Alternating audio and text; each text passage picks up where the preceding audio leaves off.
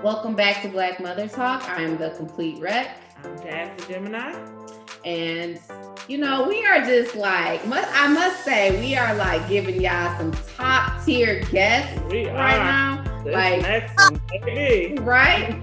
So we are so happy to have Jasmine here. Jasmine, I'll just go ahead and now, y'all might not recognize her, but not that much of a top tier guest, okay?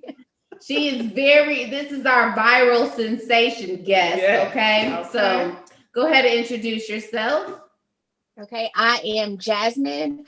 I'm 37. I have 3 kids. I'm married. Been married 13 years. We've been together 21 years. Started dating, and I live in Texas. I'm just a regular old person that happened to go viral on TikTok for some reason. Yes. Listen. So, like I was saying, y'all might not recognize her, but this is our good sis that got in that dryer that all us moms was like, yes, okay. I first seen your video. I was scrolling through and I seen it on the Shade Room, and I'm like, who is this? I have to post this on our page. I was like, I love her. She gets me. Surprised when because I don't get on Instagram a whole lot. I go get on, scroll through. I'm just not very, tech savvy on Instagram. So I see my normal people, and then I checked my messages and it said a request, and I was like, oh, that's weird. And another page who I guess has a lot of followers, they had shared my video and they asked for permission. It was fine. But it said the Shade Room, and I was like on the request, and I said that has to be a joke. It has to be a out.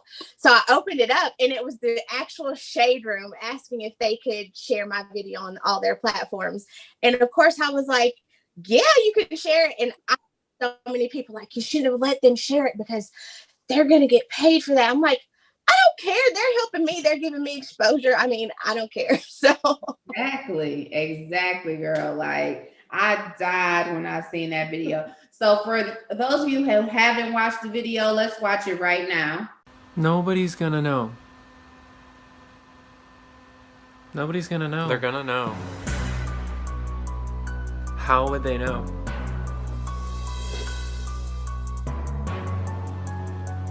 Okay, so yes, I died when I seen this video. I was just like, she is my people. Like, yes. I have to talk to her. We are her. She is us. Right? I was like, when she fixed that drink number 1, first. I was like, yep, that's me. Check. Right? And when you got that dryer, like, I'll do anything to escape, Yes. And my husband thought that was the dumbest video ever. And I said, you just don't understand. I think a lot of moms will feel like you don't hear mom. He works 2 jobs. So he doesn't have to hear it all the time. And then like most moms, I'm sure this happens too. The kids will walk right past dad and come to you. And come to you. That conversation with each other all the time. Yes. We're like, so, you didn't just see him. So you walk past him to ask him. Or you don't have that responsibility. I shouldn't say you're not a woman, because some dads do have that responsibility. Right. But most of it falls on the mom. So that's why I said you just don't get it. Exactly. And so, I just feel like that video is like our new thing. Like, look, and I just want to ask, like, what besides, was it something in particular that prompted that video, or were you just like, or is TikTok your thing? Like, and so you're just kind of thinking of something creative, or had one of them kids just got on your last damn nerve and you was like, look, I'm about to get in this dryer in a minute. You was like, hey, this would be a good video idea. Well, so I've only been on TikTok for I started maybe the end of October is when I got on TikTok.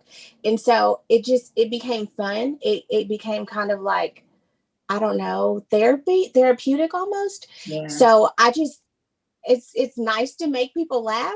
And so I come up with these videos, I don't have a whole lot of them, but I was like, that day, the kids, they were really, really working the last nerve that I had left for the day. And so I just thought, where could I go in this house where they find me at all? They will go to the garage. They will go outside looking for, and I said, I wonder if I can fit in my dryer. And so I'm sorry. So I got, I said, it would be so funny. Oh, hold on, Jasmine. If I did, I had saw Reese Witherspoon. Can you hear me? She did that sound. Can you hear me, Jasmine? Me? Can you hear me? Can you hear me? Yeah, you were breaking up, so we missed that whole part you just said. Okay, can you hear me now? Yeah. Okay. So I had seen a video. Reese Witherspoon did a video using that sound.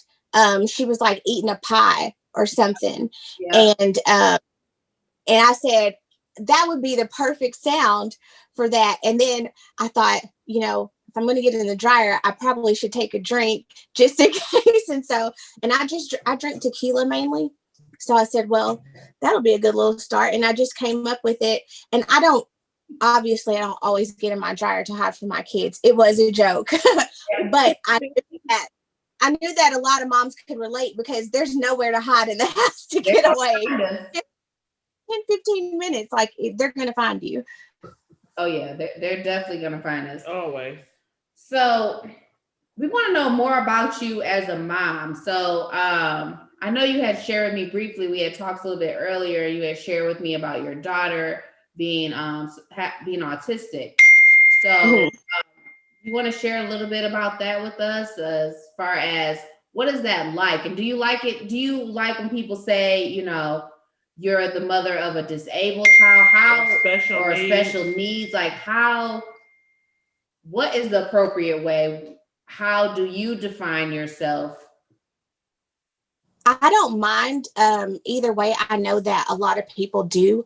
I normally use the term special needs. I don't typically use disabled, but I mean, autism can be an ability and a disability, because it's hard for a lot of people with autism to function in the world that we live in because it's not catered to them. So it can't disable them in a way to where it's hard for them to do certain things that are just normal for us. So I don't mind the term disability, but some people do. I have 2 older children. My youngest is the one that's autistic. She's 7. She'll be 8 in January. And from about 2 weeks old, I knew that she was different because, she did not want to be held and rocked to sleep. She wanted you to wrap her up, put her in her crib, and just leave her be. So I thought that was different from my other 2 children. And, once she got a little bit older, I noticed that things that she should be doing, like gripping a Cheerio and putting it to her mouth or sitting up and not falling over, like at around 6 months or so, she wasn't doing those things. Well, closer to 11 months old, we knew that something, we didn't know exactly what it was, but we knew that she was developmentally delayed. And we knew that something was different from her from our other children. So when she was 1 at her 12-month appointment, we let the pediatrician know, hey, these are our concerns. We don't know what's going on. And from there, she said, well, yeah, we did all these questionnaires she asked. And she said, yeah, even if it's not autism, she's definitely developmentally delayed. So we are going to start her in therapy. So we had a physical therapist, a speech therapist, and an occupational therapist come out to assess her. And she definitely needed speech and occupational therapy. She didn't need physical therapy. Some kids with autism do. They'll like walk on their tiptoes or things like that. But that's how we kind of started the journey. We were clueless about what to do and how to do it. But we had, thankfully, a lot of good people that we came into along the way that guided us, and they were very supportive and told us the right things to do. We didn't actually get a diagnosis until she was 3, but we started the early intervention at 1. And that is, I'm telling you, 100% key.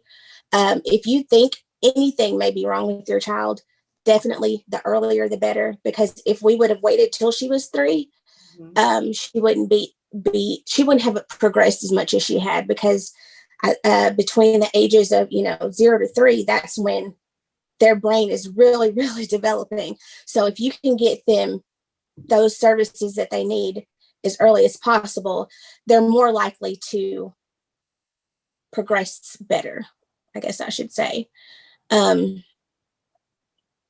Yeah, I love that, because it's like, trust your motherly instinct. Seems like you had that Yeah. instinct from, pretty much day one, like something isn't quite right. And so I think Yeah. that's an important message that, a lot of us moms, we have that. And sometimes we might choose to ignore it, or, go to other people and they'll be like, oh no, it's fine. Yeah. Nothing, Or we let the experts say, oh no, just give it time. Yeah. All babies are different. Yeah. When you know in your heart, like, no, my baby's different. Yeah. So glad that I didn't listen to that and I followed my gut instinct, because you do have a lot of that, and you especially have a lot of that in the Black community. Like, you don't, of course, nobody wants to think that anything is wrong with their child. And I'm not saying being autism or having autism is wrong, but in this society, like, people, it just is what it is. So a lot of people, they're just in denial, and don't be in denial about it. I mean, and it's nothing. It's actually, my daughter is so smart, and she does things differently, and she has to learn in a different way. And so if you can come to the reality that my child is not stupid, or it definitely burns me up when people use the R word. But if you can come to the realization that, my child just learns differently and they may need a little bit more support, I mean, these kids won't be as behind, or as, I'm going to use the word handicapped, when they're older. Right. Because my daughter, we couldn't go to the stores. People couldn't come to our home if they didn't live there, or if it wasn't her grandma. If they came in the house, she had a total meltdown. She would scream bloody murder until they left. Like, she wouldn't be able to cope with those things without having therapy. I wanted to ask you, because you have other children, so how do you juggle that? I mean, do your other kids, do you have to have a talk with them and like explain to them, your sister needs a little bit more attention? I mean, how do you handle that with having other kids? Now they just know, they've adjusted to everything. At first, it was difficult, just because my daughter, she was 4 or 5 at the time when I had Kylie, and which is my 7-year-old that's autistic, and she just didn't understand why Kylie wasn't affectionate towards her. She would go to give her a kiss, and Kylie would like hit her in the face, or it was hard to get her to understand that she can't talk because of this. But then, I mean, they're the best of friends now. And it was actually really great for me to have them, because they know how to work well with Kylie now. Sometimes I can't understand some of the things that Kylie's saying, but I can go get my daughter and she can translate it for me, because they're best friends now. And I also credit that to therapy as well, because she just became verbal at about the age of 6. At 4, she started to pick up a lot of sounds like da da gaga mama. At 5, she started saying words. And then at 6, she really started putting like 2 and 3 word phrases together. And now, for the most part, she can talk. She can communicate with us. And that's a huge blessing because it's very frustrating for children with autism. And that's why they have a lot of meltdowns because they can't communicate. And it's frustrating if you can't communicate with someone. Like, she would have to come grab our hand, take us to what she wanted. If we couldn't figure it out, it was a meltdown. She would bang her head on things. She would, like I said, we couldn't go to restaurants, stores. If anybody came near her, like, oh, you're so cute, she'd scream bloody murder, so yeah. But my kids, it's difficult right now, especially with virtual school, trying to do all three, and then trying to, because she's on an IEP, so having to juggle all three of them, it's difficult. Yeah. I could definitely I couldn't imagine that would be, quite a bit.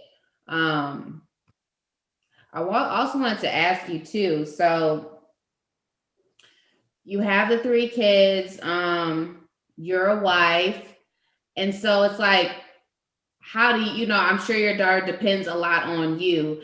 How do you take care of you? You get that dryer, right? That dryer. I don't. I told you that I was going to cry on this. Okay. I just don't cry. Yeah. But I'm not complaining because I love my kids and I love my life. Like, I wouldn't change it for anything. I just feel like I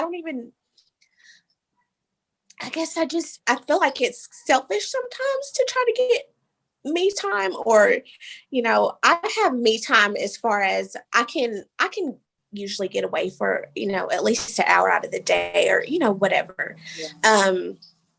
But as far as going off somewhere, or, going and getting a massage, or, things like that, I do my own hair. I don't go get my hair done.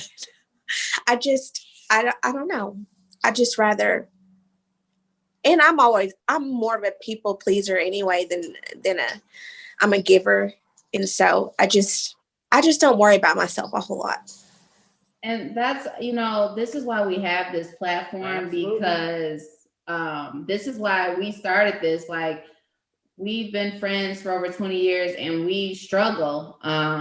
We struggle with putting ourselves first, and we're just like, we need a place to talk and cry. And because it's hard. It's hard being a mom, and you do feel selfish and that mom guilt, and just feeling like if I'm doing too much for myself, that's taken away from my kids. And so, and it's like, deep down, it's not true, because you need to take care of yourself first, Right. And so, thank you for sharing that with us, because it's real. We're all going through it. I feel like most days I'm on the brink of tears. And baby, that laugh when she asked you, how do you take care of yourself? I felt that in my spirit. I knew where that laugh was coming from. Yeah. Yeah. And I think that might be why I like TikTok so much, because it's something for me, I guess. I can and then have trying to do TikToks, they come in and interrupt me, or of course. Something for me, I think. Yeah, we have to have our outlets. So you keep doing them TikToks, girl. Yes, we will be watching. Because we need it like that. Watching that video and watching videos like that helped me feel like I'm not alone. Yes. No. And you're not. I think a lot of people related to it, because I need a drink because y'all are working my nerves, and I just need 10 minutes. Go sit down somewhere, especially during this time where we have virtual school, and now they're on Christmas break and Thanksgiving break, and so even more intense. You can't really go anywhere and do anything and let off their energy because we're stuck in the house. Yeah. Mm-hmm. So let's talk about your hopes for the future for your daughter. Do you think about that a lot? Is it something that you worry about, or what do you envision for her for the future? So I do think about that a lot. And I'm really thankful for the progress that she's made, because when she was, my husband and I prepared, like, hey, we're going to be taking care of her for the rest of our lives. She's going to live with us for the rest of our lives.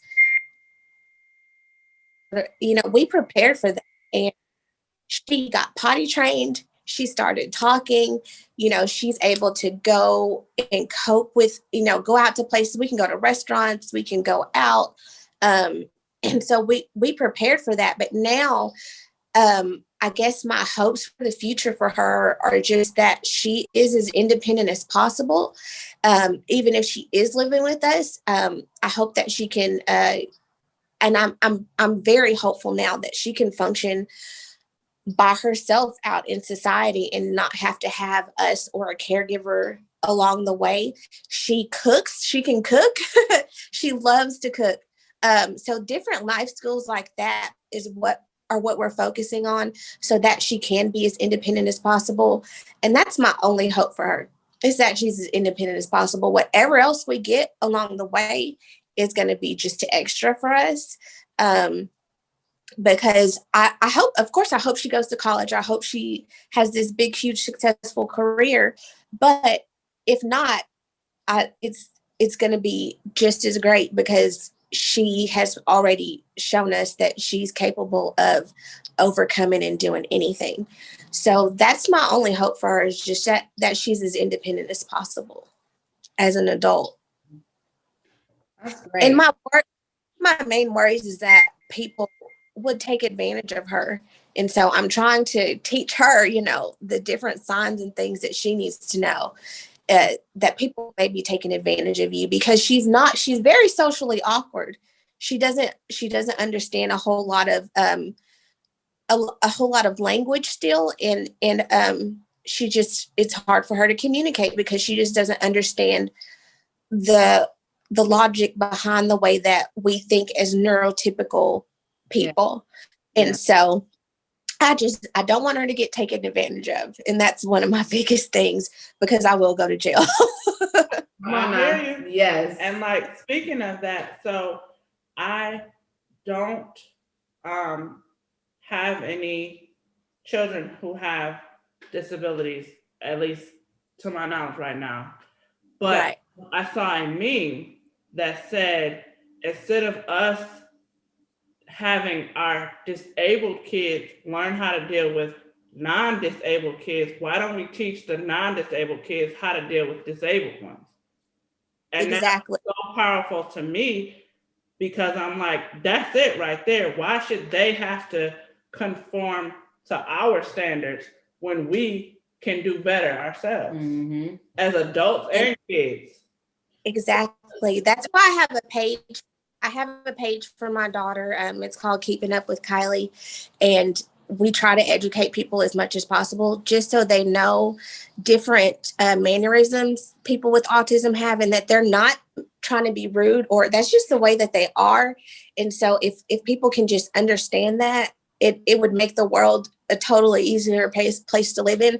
And like you said, with teaching your children, please do that. Everyone, please teach your kids that there are going to be different people in this world that they run into. And that doesn't mean to be mean to them or hateful to them, or just, and also tell your kids it's okay, especially for parents like me and most parents, ask questions. Yeah. It's okay. Like, I want to educate you about, should I do this? Should I do that? Why is she doing this? Why is she not doing this? I want to explain to you, so and then you'll know in the future if you come across anyone else like that. She does have a lot of kids in her school. They get her, and she's had great teachers that explain, this is what Kylie is, this is what Kylie does.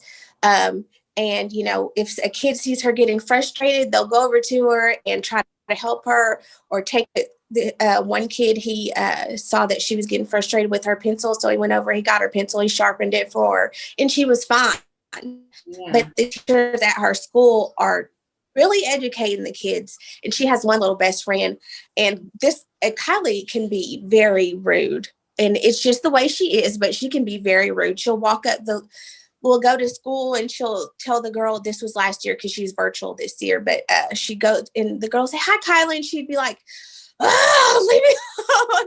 Right. And the little girl, she knew that's just how Kylie was. And she'd go to her. She's like, girl, come on, Kylie. We know you're going to have a bad morning. You'll be better in the afternoon. Come on, let's go. Follow me. It just, and I love that because she's right. It's the way that she is. She doesn't know how to not express what she's feeling at that time and kind of cover it up with, oh, good morning. Some of she's not going to. Don't know how to do that either. Mm-hmm.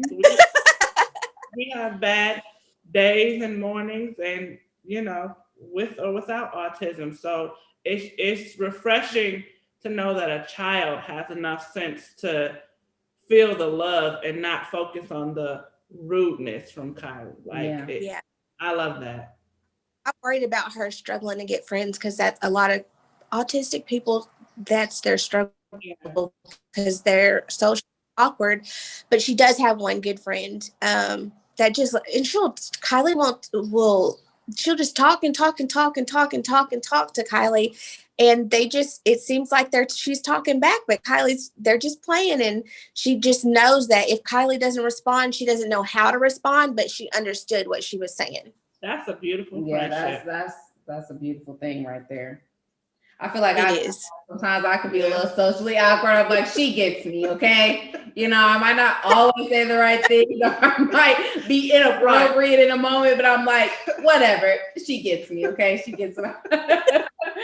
So I think that's great. Like, I think that is really, really great. And I was going to ask you, what would be like 3 things that you would tell a mom if she has just discovered that her child has autism? What would be like her next steps? Like, what would be 3 things you say here? This is what you need to do right now. Okay, first step, definitely go talk to your pediatrician because they're going to guide you in the right direction. And if they don't listen to your concerns, go somewhere else because you are feeling that way for a reason. And if they are just kind of blowing you off, no, because your child, even if they're not like Kylie with that's, the signs that are obvious, like nonverbal, have sensory issues, have trouble with sounds and noise, if they could be high functioning autistic, but they still need that extra help at school to get an IEP so they can have a learning program to where they can learn. They can be highly intelligent, but if they're not learning the way that they know that they can learn, then that's a concern. And you need to definitely have someone who is also as concerned as you are or will actually listen to your concerns. So that's my first thing, is definitely talk to your next. Depending on how old your child is, I would talk to the school. So if they're of school age, you probably need to talk to the school's diagnostician. You need to talk with whoever's over the special education if they're you think they're going to need special education. And then you need to talk with whoever, whether it be a principal, a counselor, or whoever at the school, so you can get the process started, because a public school they do have the resources to diagnose your child. So if you can't say, get in with a doctor, or a lot of doctors won't take, a lot of specialists won't take certain insurance. So your school, your public school, is there to give your child a diagnosis. So they do have that available at public schools. My next step would be, I would say, to do as much research as possible. A lot of people are very misinformed about autism, and especially with things like vaccinations. They think vaccinations are the cause of autism and things like that, but that's been proven to not be true. So I would say definitely do your own research and use credible sources. Don't just, look at people's Facebook posts, but actually do your own research. And then get people behind you that are going to support you in every way, because it's going to be a tough road. It's not easy, and it's hard. It's really, really hard, especially at the beginning stages when your child is, I mean, Kylie literally would not leave my leg. If I walked by to go to the bathroom and she wasn't already on my leg, she would attach to my leg. Like it was just, and you didn't know what she wanted or how to soothe her.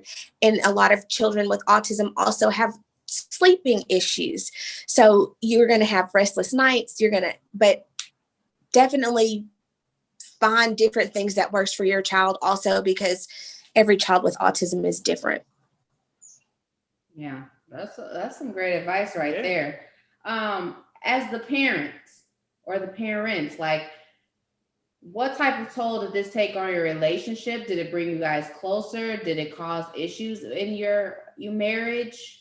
You know, It put a strain on us, just as far as we didn't have any. We went from being able to, maybe take our kids up to my mom's. My mom was a couple hours away, and have a day or a weekend to get away, to where there's no way we could leave anybody with Kylie, and so that was hard. So it did put a strain a little bit.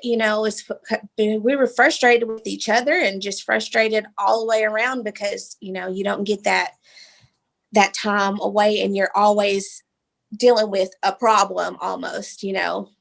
Happened, why, but I'm thankful, because I've seen a lot of women say their husband wasn't accepting of their child with autism, or they were in denial and they were like, no, we're not doing this because there's nothing wrong with my child. And so from the get-go, my husband was supportive and was like, we're going to do whatever we got to do, so that thankfully was a good part of it about it, because if not, no, my kids come first. I know that a lot of people think your husband comes first and your kids. No, my kids come first. So that would have been bad. It probably would have been. You like, mama, don't play that. We do not play that. I love to hear that. I'm glad that was your situation, because it's important to have that partner in all of this. And so I'm glad that was your situation, that you guys have each other. I was probably frustrating to him too, because it's a demanding thing or demanding situation to have to deal with. So I'm sure I wasn't a pleasant person either. Right. Well, we're hoping that you're going to keep doing these TikToks and doing all these sorts of things, and just like keeping the fun going. I'm glad you have this as an outlet. So we're going to be looking for your next viral video. Of course. And we're definitely going to continue to share your videos. And so viral. I mean, it's really hard apparently to go viral. So hopefully I can come up. You weren't even trying. You weren't even trying. That's what everyone says. Like, I wasn't trying. I just put it out. And I'm almost like, how did the gods know? Like, Well, and it actually flopped at first on TikTok, and you can save your TikTok video and share it to Facebook. And I shared it to Facebook, and it kind of blew up on Facebook, and then it blew up on Instagram, because this page just happened to see it and they shared it. And I was like, okay, so let me try to repost it on TikTok and see what it does. And then it went viral. I don't know. It was weird. At first, it only had like 200 views when I first posted it the first time. Right. So, yeah. I don't know how they're circulating. Right. Like, was there a special hashtag or something you used? I have no clue. Yeah, she just got the special sauce, y'all. Right. So I don't know. Yeah. Yes, please tell everybody how to follow you. My handle on TikTok is at Jazzy, Jazzy Doodle, DOODLE, DOO. That's my handle on TikTok and Instagram. I'm sure you don't want to follow me on Facebook. So, Well, what's the Keeping Up with Kylie? Is that on Facebook? Where is that it at? is on Facebook. It's Keeping Up with Kylie. It's Kylee. And it's if you look for it, it's an older picture of like her dad holding her when she was like 3 or 4. And it's a picture of her with her big old fro. So if you want to find it, that's how you can find it. It is on Facebook. And my name is Jasmine Wilson on Facebook. If you just want to, I don't know why you would want to follow me on Facebook, but because you are hilarious and you are our people, girl. We relate to you. We're like, yes, Jasmine, I feel you. Us. Yes. Well, we really enjoyed talking to you today. Yes, we appreciate your time and your story.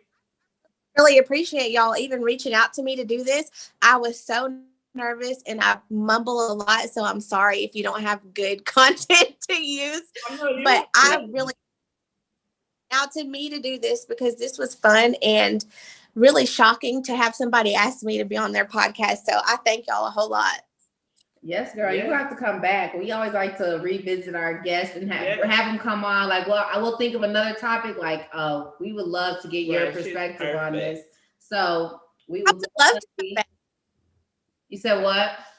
I would love to come back. Yes, we definitely gotta have you come back because I'm working up some magic in my mind that I can't share yet, but I'm gonna have like a bigger discussion. So definitely gonna have you come back and talk with us.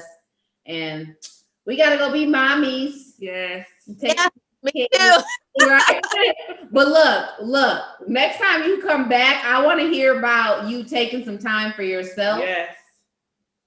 Okay. That's for you. Take some time for yourself, you and husband, even if it's an hour, go on a date once a week, get grandma over there, who's used to Kylie and Kylie feels comfortable with, but we definitely want to have you back and hear you say, you know what, I did at least take me an hour or 2 Even if you just walk around your neighborhood with your husband by yourself, no kids, just go for a walk, do something. You deserve it. You deserve it. You do.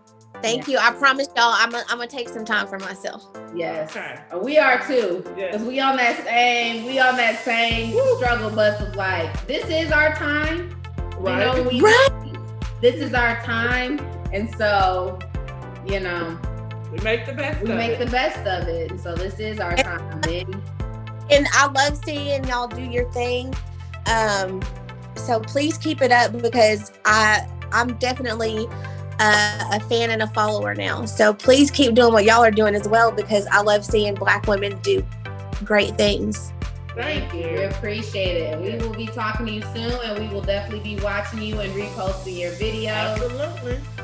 Thank you so much. I appreciate y'all. All right. We'll talk to you soon. Bye. Bye-bye.